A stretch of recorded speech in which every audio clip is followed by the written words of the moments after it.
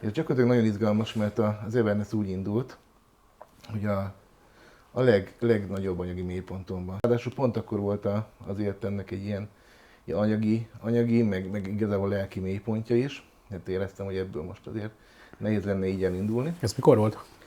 12-13, tehát mondjuk 11-12 körül volt így az abszolút mélypontom, amikor igazából csődbe ment az informatikai vállalkozásom, tehát ott elvesztettem a házamat, szóval ott volt egy ilyen nagy mélyrepülés. És gyakorlatilag nagyon izgalmas, mert az Everness úgy indult, hogy a legnagyobb anyagi mélyponton van. Tehát, hogy kb. 50 milliónyi végrehajtás volt még rajtam, aminek azt láttam, hogy sosem lesz vége.